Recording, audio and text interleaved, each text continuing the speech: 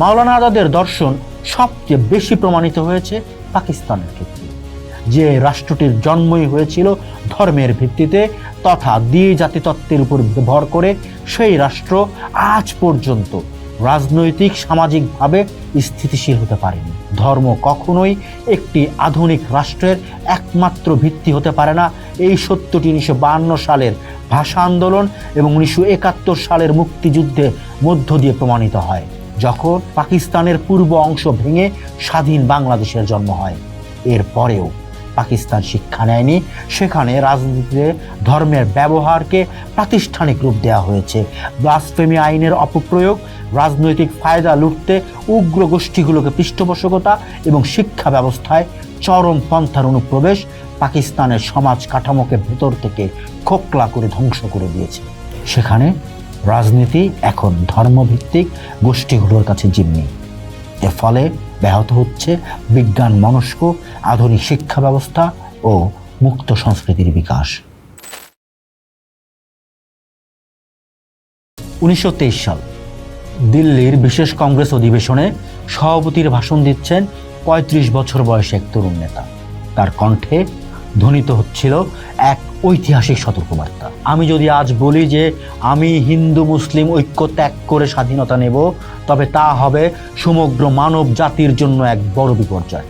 কারণ স্বাধীনতা হারানো বড় ক্ষতি, কিন্তু একতা হারানো মানে মানবতার মৃত্যু। এই তরুণ নেতা ছিলেন মাওলানা আবুল কালাম আজাদ।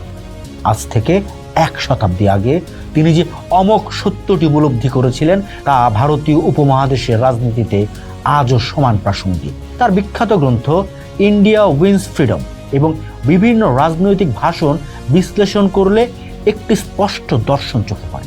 রাজনীতিতে ধর্মের ব্যবহার কেবল সমাজের জন্যই ক্ষতিকর নয়, তা ধর্মের পবিত্রতাকেও ম্লান করে দেয়। তার মতে রাজনীতিতে যখন ধর্মকে ঢাল হিসেবে ব্যবহার করা হয়, তখন তা ধর্মের পবিত্রতা নষ্ট করে এবং রাজনীতিকে বিষাক্ত করে তোলে। প্রকৃত ধর্ম মানুষকে ভালোবাসতে শেখায়, ঘৃণা করতে নয়। উপমহাদেশের হাজার বছরের ইতিহাস পর্যালোচনা করে আজাদ দেখেছিলেন ইসলাম এই মাটিতে পা রাখার পর থেকে এখানে এক নতুন সংস্কৃতির জন্ম হয়েছে। যেমন গঙ্গা ও যমুনা মিলে এক বিশাল নদী তৈরি করে, তেমনি হিন্দু ও মুসলিম সংস্কৃতি মিলেমিশে এক অভিন্ন অবিভাজ্য ভারতীয় সংস্কৃতি তৈরি করেছে। একে আলাদা করা অসম্ভব। কিন্তু ইতিহাসের এক নির্মম পরিহাস হলো গঙ্গা যমুনার এই স্রোতকে বিভক্ত করেই ব্রিটিশরা এই উপমহাদেশে তাদের সাম্রাজ্য টিকিয়ে রেখেছিল এবং সেই বিষবৃক্ষের ফল আজও ভোগ করছে স্বাধীন ভারত, পাকিস্তান ও বাংলাদেশ। উপমহাদেশে প্রায় 200 বছরের ব্রিটিশ রাজত্বের মূল ভিত্তিই ছিল ধর্মের রাজনৈতিক ব্যবহার। 1857 সালের সিপাহী বিপ্লবে হিন্দু ও মুসলমানদের ঐক্যবদ্ধ প্রতিরোধ ব্রিটিশদের ভীত করে তুলেছিল। তারা বুঝতে পেরেছিল এই দুই সম্প্রদায় এক থাকলে তাদের শাসন দীর্ঘস্থায়ী হবে না। এরপর থেকেই শুরু হয় সুপরিকল্পিত বিভাজনের রাজনীতি। 1905 সালের বঙ্গভঙ্গ, 1906 সালে মুসলিম লীগের প্রতিষ্ঠা, 1909 সালে মরলে মিন্টো সংস্কারের মাধ্যমে ধর্মের ভিত্তিতে পৃথক নির্বাচনের ব্যবস্থা, এসবই ছিল হিন্দু মুসলিম ঐক্যে ফাটল ধরানোর একটি ব্রিটিশ কৌশল। তারা অত্যন্ত সফলভাবে মুসলমানদের মনে এই ভয় ঢুকিয়ে দিতে পেরেছিল যে স্বাধীন ভারতে তারা হিন্দু সংখ্যাগরিষ্ঠতার দ্বারা শোষিত হবে। অন্যদিকে হিন্দুদের মনেও মুসলিম বিদ্বেষের বীজ বপন করা হয়েছিল। ধর্মের এই রাজনৈতিক ব্যবহারের চূড়ান্ত পরিণতি ছিল 1947 সালের দেশভাগ, যা লাখ লাখ মানুষের রক্ত কান্নার বিনিময়ে উপমহাদেশের বুকে দুটি আলাদা রাষ্ট্রের জন্ম দেয়।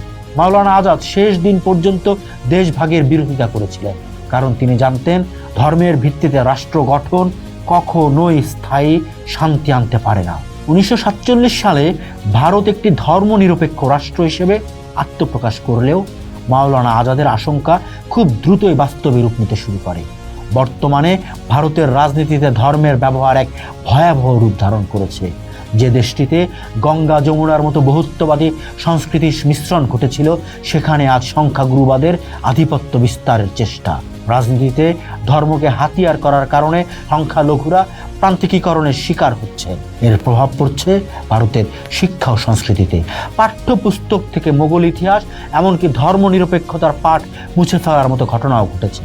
শিক্ষাকে যখন একটি নির্দিষ্ট ধর্মীয় এবং আদর্শিক ছাঁচে ফেলার চেষ্টা করা হয়, তখন তা ভবিষ্যৎ প্রজন্মকে পরমত সহিষ্ণুতা এবং মুক্ত চিন্তাকে দূরে সরিয়ে দেয়। সংস্কৃতির যে বিশাল ক্যানভাসে হিন্দু মুসলিম উভয়েরই অবদান ছিল, রাজনীতি তাকে আজ সংকীর্ণ করে ফেলেছে। মাওলানা আজাদের দর্শন সবচেয়ে বেশি প্রমাণিত হয়েছে পাকিস্তানের ক্ষেত্রে, যে রাষ্ট্রটির জন্মই হয়েছিল ধর্মের ভিত্তিতে তথা দ্বি জাতিতত্ত্বের উপর ভর করে।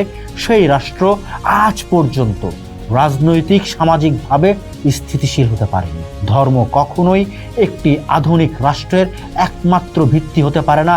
এই সত্যটি 1952 সালের ভাষা আন্দোলন এবং 1971 সালের মুক্তিযুদ্ধের মধ্য দিয়ে প্রমাণিত হয়, যখন পাকিস্তানের পূর্ব অংশ ভেঙে স্বাধীন বাংলাদেশের জন্ম হয়। এরপরেও পাকিস্তান শিক্ষা নেয়নি। সেখানে রাজনীতিতে ধর্মের ব্যবহারকে প্রাতিষ্ঠানিক রূপ দেওয়া হয়েছে। ব্লাসফেমি আইনের অপপ্রয়োগ, রাজনৈতিক ফায়দা লুটতে উগ্র গোষ্ঠীগুলোকে পৃষ্ঠপোষকতা এবং শিক্ষা ব্যবস্থায় চরম পন্থার অনুপ্রবেশ পাকিস্তানের সমাজ কাঠামোকে ভেতর থেকে খোকলা করে ধ্বংস করে দিয়েছে। সেখানে রাজনীতি এখন ধর্মভিত্তিক গোষ্ঠীগুলোর কাছে জিম্মি। এর ফলে ব্যাহত হচ্ছে বিজ্ঞান মনস্ক আধুনিক শিক্ষা ব্যবস্থা ও মুক্ত সংস্কৃতির বিকাশ। 1971 সালে অসাম্প্রদায়িক ও ধর্মনিরপেক্ষ বাঙালি জাতীয়তাবাদের ভিত্তিতে বাংলাদেশের জন্ম হলেও খুব বেশি দিন এই আদর্শ ধরে রাখা সম্ভব হয়নি। পট পরিবর্তনের পর রাজনীতিতে বৈধতা আদায়ের জন্য সামরিক শাসকেরা ধর্মকে ঢাল হিসেবে ব্যবহার শুরু করেন। সংবিধানে ধর্মনিরপেক্ষতার নীতি ক্ষুণ্ণ করা হয় এবং রাষ্ট্র ধর্মের মতো ধারণা যুক্ত করা হয়।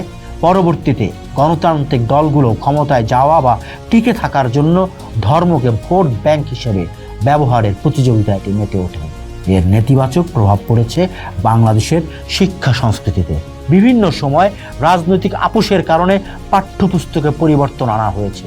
প্রগতিশীল বিজ্ঞান মনস্ক শিক্ষাক্রম বারবার বাধাগ্রস্ত হয়েছে। সাংস্কৃতিক অঙ্গন, যা একসময় বাঙালি জাতিসত্তার প্রধান শক্তি ছিল, তা ক্রমশ সংকুচিত হচ্ছে।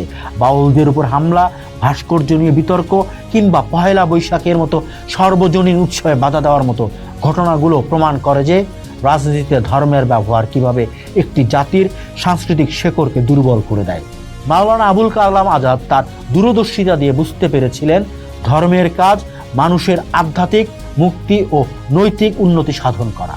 একে যখনই ক্ষমতার সিঁড়ি হিসেবে ব্যবহার করা হয়, তখনই তা সমাজের জন্য ধ্বংস ডেকে আনে।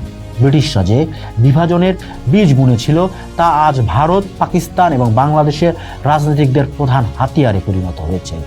আজ আমাদের উপমহাদেশের রাজনীতি, শিক্ষা, সংস্কৃতি যে গভীর খাদের কিনারে এসে দাঁড়িয়েছে, তা থেকে মুক্তির একটাই উপায়, রাজনীতিকে ধর্মের আবরণ থেকে মুক্ত করা।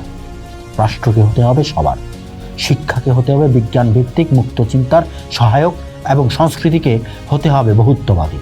মাওলানা আজাদের সেই অমর বাণী আজও আমাদের স্মরণ করিয়ে দেয়, স্বাধীনতা অর্জন করা যায়, কিন্তু মানবিকতা ও ঐক্যের মৃত্যু ঘটলে সেই স্বাধীনতা অর্থহীন হয়ে পড়ে।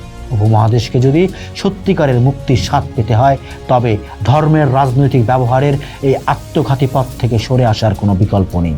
কিন্তু হয়, আমরা নিজেরাই হেঁটে এসেছি সে ইতিহাসের পথে, যে ইতিহাসের শিক্ষা যেন এমন দাঁড়িয়েছে যে ইতিহাস থেকে আমরা কিছুই শিখি না। এজন্যই একই চক্রে বারবার পড়ে যাই। একই ধর্ম কার্ডের খেলা চলছে রাজনীতিতে, ভাষায়, সংস্কৃতিতে, অথচ আমাদের এই চক্র ভাঙার কথা ছিল। পোস্ট ভাবুন, দেখুন, করুন, থাকুন পোস্টের সাথেই।